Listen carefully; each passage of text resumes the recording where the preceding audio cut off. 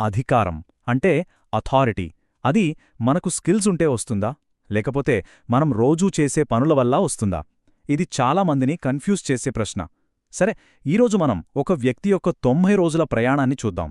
సున్నా సందేహంతో మొదలుపెట్టి స్థిరమైన చర్య ద్వారా తనకంటూ ఒక అధికారాన్ని ఎలా సంపాదించుకున్నాడో తెలుసుకుందాం. నా దగ్గరంత స్కిల్ లేదు, ఈ ఒక్క ఆలోచన మనలో చాలామందిని ఏదైనా కొత్తగా మొదలుపెట్టకుండా ఆపేస్తుంది కదా. ఇది మనందరికీ తెలిసిన ఫీలింగే. కాని నిజంగా స్కిల్స్ లేకుండా అధికారం తెచ్చుకోవడం అసాధ్యమా, లేక మనం అడుగుతున్న ప్రశ్నే తప్పా? సరే, మన కథలోకి వెళ్ళిపోదాం. ఈ కథలో హీరో పేరు నర్సింగ్. అతనికి అప్పుడే అసిస్టెంట్ సూపర్వైజర్గా ప్రమోషన్ వచ్చింది. నిజానికి సెలబ్రేట్ చేసుకోవాలి, కాని అతని మనసులో మాత్రం ఒక పెద్ద సందేహం మొదలైంది. మొదటి రోజే ప్రమోషన్ వచ్చిన ఆనందం కన్నా ఎక్కువగా అతని మనసులో ఇదే ఆలోచన. నాకేం స్కిల్స్ లేవు, నేను ముందుకెలా వెళ్తాను? ఈ ఫీలింగ్, ఈ భయం మనలో చాలామందికి పరిచయమే. ఇదే మనల్ని ముందుకు ఒక్క అడుగు కూడా వెయ్యనివ్వకుండా ఆపేస్తోంది. సరిగ్గా ఆ టైంలో అతని మెంటార్ ఒక సింపుల్ మాట చెప్పారు. కాని అది చాలా పవర్ఫుల్. స్కిల్స్ కాదు, నువ్వు రోజూ ఏం చేస్తావన్నదే నీ ఫ్యూచర్ని డిసైడ్ చేస్తుంది. అంతే. ఈ ఒక్క మాటతో నర్సింగ్ ఆలోచించే విధానమే మారిపోయింది. అతని మొత్తం ప్రయాణానికి ఇదే ఫౌండేషన్ అయ్యింది. ఆ సలహాతో నర్సింగ్ ఒక సింపుల్ ప్లాన్ వేసుకున్నాడు. చాలా సింపుల్, కాని పవర్ఫుల్. రోజూ 2 గంటలు నేర్చుకోవాలి, ఇంకో 2 గంటలు దాన్ని యాక్షన్లో పెట్టాలి. అంతే. వినడానికి చాలా చిన్నదిగా ఉంది కదా, కాని కన్సిస్టెన్సీ అంటే స్థిరత్వం, దాని పవర్ ఇక్కడే మొదలవుతుంది. సరే, ఇక్కడ్నుంచే అసలు బ్లూ ప్రింట్ స్టార్ట్ అవుతోంది. ఫస్ట్ ఫేజ్, మొదటి 30 రోజులు కేవలం నాలెడ్జ్, కాన్ఫిడెన్స్ పెంచుకోవడం మీదనే ఫోకస్. ఆ 2 గంటల లర్నింగ్ టైంని కూడా అతను ఎలా ప్లాన్ చేసుకున్నాడంటే, ఓ 30 నిమిషాలు ప్రాడక్ట్ గురించి తెలుసుకోవడం, మరో 30 నిమిషాలు కంపెనీ ప్లాన్ స్టడీ చేయడం, ఇంకో 30 నిమిషాలు అద్దం ముందు నిల్చొని మాట్లాడడం ప్రాక్టీస్, లాస్ట్ 30 నిమిషాలు తన మెంటార్ ఎలా మాట్లాడుతున్నారో సైలెంట్గా వినడం. చూసారా, ఇవన్నీ చిన్న చిన్న పనులే, కాని రోజూ చేసినప్పుడు అవి చాలా పెద్ద మార్పుని తీసుకొస్తాయి. మరి రిజల్టేంటి 30 రోజుల తర్వాత? మొదట్లో ఉన్న భయం, ఆ తడబాటు మెల్లిమెల్లిగా పోయి ఒక బేసిక్ కాన్ఫిడెన్స్ వచ్చింది.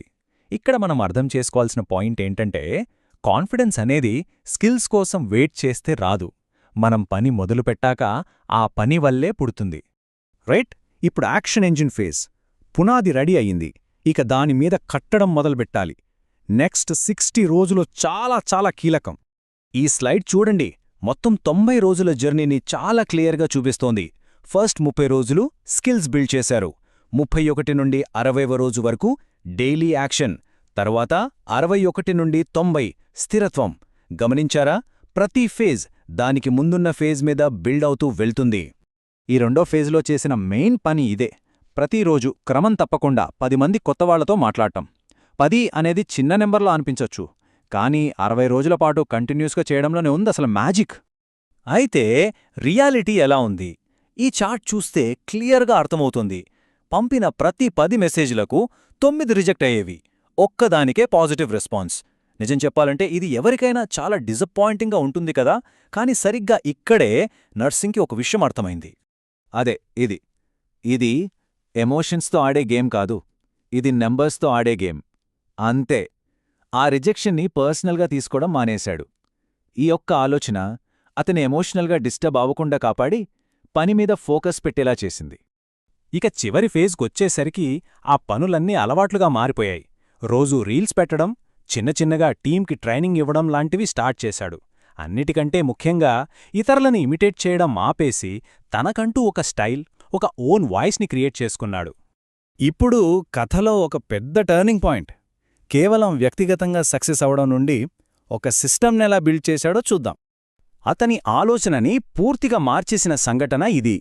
అతని టీంలో ఒకరు అతను చెప్పిన పద్ధతి ఫాలో అయ్యి వాళ్ల ఫస్ట్ ఇన్కమ్ సంపాదించారు. ఆ క్షణంలో నర్సింగ్కి ఒక విషయం ఫ్లాష్ అయింది. ఈ స్లైడ్ ఆ మార్పుని చాలా బాగా చూపిస్తుంది. అంతకుముందు నేనిది చెయ్యాలి, నేను కష్టపడాలి అనుకునేవాడు.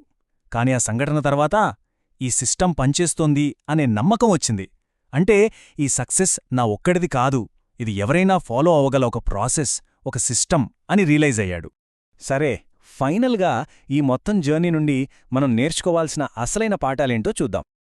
90 నుండి 120 రోజులు కన్సిస్టెంట్గా యాక్షన్ తీసుకున్న తరువాత నర్సింగ్ సూపర్వైజర్ అయ్యాడు. కాని ఆ పొజిషన్ కన్నా అతనికి దొరికిన అతి పెద్ద గిఫ్ట్ ఏంటంటే ఒక క్లారిటీ. ఏంటంటే స్కిల్స్ అనేవి పనిచేయడానికి ముందు మనకు కావలసినవి కాదు, అవి మనం పని చేశాక ఆ పనికి రిజల్ట్గా వచ్చేవి. సో ఈ మొత్తం బ్లూప్రింట్ నుండి మనం తీసుకోవాల్సిన కొన్ని సింపుల్ ప్రిన్సిపల్స్ ఇవి. పర్ఫెక్ట్గా అవ్వాలని వెయిట్ చేయొద్దు. రోజు ఓ 5 నుండి 10 మందితో మాట్లాడండి. భయమేస్తున్నా సరే కంటెంట్ క్రియేట్ చేయడం స్టార్ట్ చేయండి. మొదట్లో ఏం చేయాలో తెలియకపోతే మీ మెంటార్ని కాపీ చేయండి. అన్నిటికంటే ముఖ్యంగా 90 రోజుల పాటు దీన్ని వదలకుండా చేయండి. ఈ ఒక్క లైన్ గుర్తుపెట్టుకుంటే చాలు. మన ప్రాబ్లం స్కిల్ లేకపోవడం కాదు, మన ప్రాబ్లం రోజూ యాక్షన్ తీసుకోకపోవడం. సో ఈ మొత్తం విశ్లేషణను ఒకే ఒక్క ప్రశ్నతో ముగిద్దాం. రేపటి మీ విజయం కోసం ఈరోజు మీరు తీసుకోబోయే ఆ మొదటి చిన్న అడుగు, ఆ మొదటి చిన్న యాక్షన్ ఏంటి?